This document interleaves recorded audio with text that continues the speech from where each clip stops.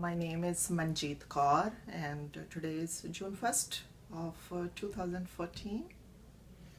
In 1984, I was barely 22.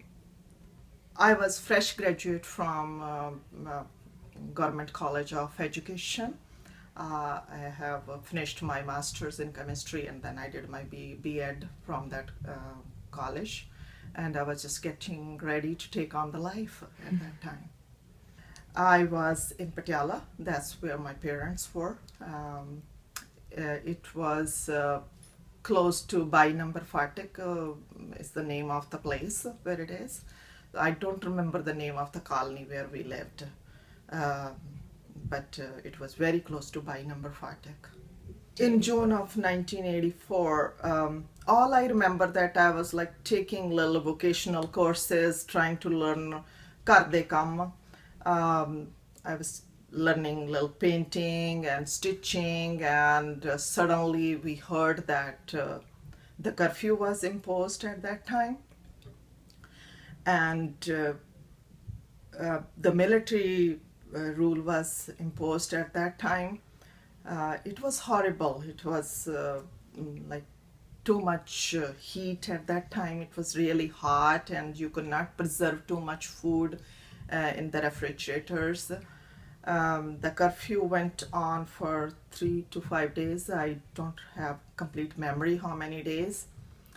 And I remember going out to get some food during the hours when it was open. And the military people who were supposed to be the protectors at that time, but they were not protectors. They were actually teasing the girls and pulling their dupatte, and it was horrible, really. I knew something was going wrong, but since it was curfew, so we did not know what was going on. Then when during the curfew open hours, when we went out, that's when we heard that gurdwaras are being attacked at that time. And so it was a really touching moment at that time, and at night we could not sleep. Our house was close to the village. The village name is Badungar, I still remember that. And what I saw at that time is the sky was all red at night, and we could not figure out what it is for a while, but later on we started smelling, and that smell is very common in villages. I come from a village, so because the cremation grounds are right outskirts of the village, so that smell gave us the idea what was really going on. What really was going on is the mass burning of the bodies. So that was the fire that was making the sky red, and the smell was burning of the bodies. And that's where we got really shaken. It was really emotional at that time. Well, like I said before, I heard that the gurdwaras are being attacked. I didn't have any idea what gurdwaras. And what I witnessed is what I just narrated. It was horrible. I remember being very, very angry. We couldn't do anything at that time. We didn't know. I didn't know at that time what I could do at that age, being the girl and being only in my 20s, being dependent. I didn't know what I could do, how I could stop. But I was angry, very angry. And I remember talking to my friends. I would just punish the ones who are responsible for that. And we later on found out who was responsible and how it all happened. In November 84, I was again in Patiala. I have very faint memory how I heard about it.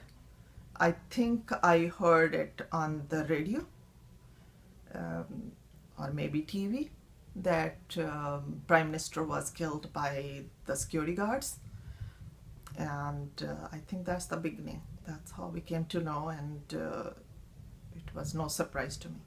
I did not see much at that time because I was in Patiala. Most of the stuff happened in Delhi at that time, but we later on, once they started showing Prime Minister's body in for 3 4 days in the TV, and people just paying their respects, and they did not show any violence on the TV. The only thing I remember seeing is just that body, or people talking about it.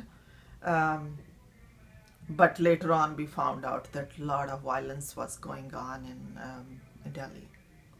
My first reaction when I heard that Indra was killed, um, that was no surprise to me, because, like any other young Sikh, I felt the same way. I felt she was responsible for causing all that hurt to Sikhs, to their sentiments. Uh, I forgot to mention that in June of 1984, once the curfew was lifted, um, it was my daily routine to go to Gurdwara with my sisters. We used to just take our bikes and go in the evening and do seva there, wash the floors, listen to Katha and Rara Sahib, and then come home. And but after the curfew was lifted, that is the first thing that came to our mind, to go pay respects and go to Gurdwara. And I noticed all blood everywhere. The sand was all looking red with the blood, and there were toys, little shoes, babies, bottles. Most baby stuff is that what I remember. Which Gurdwara was It this? was Dukhnwan Sahib, and that was very, very hurtful. So that's the day I will never forget. I heard later on, I did not know my relatives in person. They were grandsons of my Puaji, my aunt's grandsons, who it was big, huge family there. They were burnt alive in front of their mother's eyes. Two of their sons and their father. So 3 male members of the family were burnt alive in Delhi. And one of my best friends that I met in America later on, and she told me that their factory was totally burnt and they were left with nothing. I also know, I have also had the chance to live in Delhi for some time in 1985, and that family also narrated how much violence it was and what they witnessed there. So that's like from the third person, so I probably will not go into those details at this time. Before June 1984, I want to take you back there, what was going on, what I remember what was going on. There was Sant Pindrawale, and he was a great saint, one of the Sikhi Pracharaks, and the youth was very, very attracted to his lectures, his teachings at that time, that he was like giving Guru's teachings to the youth, and youth was like transforming at that time. 2 of my cousins who used to trim their beard and probably drink too, and they took Amrit, and until today they are Amritthari and with the big dadas and everything. And one of my best friend's brother, who was probably 23, 24, like a couple of years older than us, he got arrested by the police, and he was released after about 15-20 days, and nobody knew where he was. And when he came back, we could see the obvious signs of torture on him. The only reason he got arrested, because they found Sant Pindrawala's picture in their house. That was the only reason they arrested him. It's like these kind of things make me believe like somebody, or Hindu government I would say, wanted to stunt the growth, strengthening of the Sikhi. It is same like in our history, like Manu used to, kill the Sikhs, but Sikhs cannot be killed. They will come double and triple. Uh, Nobody can stop the Sikhi. Yeah, we lived in Patiala. We continued our life the same way it used to be, at the same place. Um, we were not directly impacted. The only thing impact us was the military rule. Those people were there to take advantage of the girls instead of saving them or making sure there is no violence. So those people were not good people.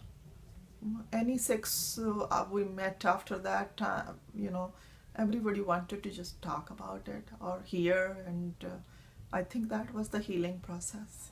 And it's been 30 years now. Mm-hmm. It definitely did. It definitely did. Like as I mentioned, the strengthening of the Sikhi faith was going on at that time. It didn't stop. It would not stop. Nobody can stop it. So people of my age, my friends, boys, and both girls and boys, everybody, the friends I had at that time, even now I have, everybody's faith further strengthened into it. So in fact, they all realized what others are trying to do to us, and my faith personally was strengthened because of this. My only understanding as a young person at that time is that somebody is Hindu government did not want the Sikhs to strengthen in their faith. They did not want that Sikhs should become any stronger or take over the government or do whatever they want to do. So they wanted to do all this to minimize the number of Sikhs living in India. Even now, like they are using the drugs and unemployment and all those kind of things to weaken the Sikh people. Mm-hmm. So that's my understanding. My message to Sikh youth at this time is that from our history, from this recent history, it's the history that most of us witnessed. They should listen to it. They should know that there are people out there who do not want you to follow your faith, and your faith is something, treasure you have. Take care of it. Take care of your Sikhi. Pray to Vaheguru Ji, read Gurbani and understand Gurbani and bring it into your life. And as long as you do that, nobody can, make you weak again or take you away from your faith. Nobody can take that away from you.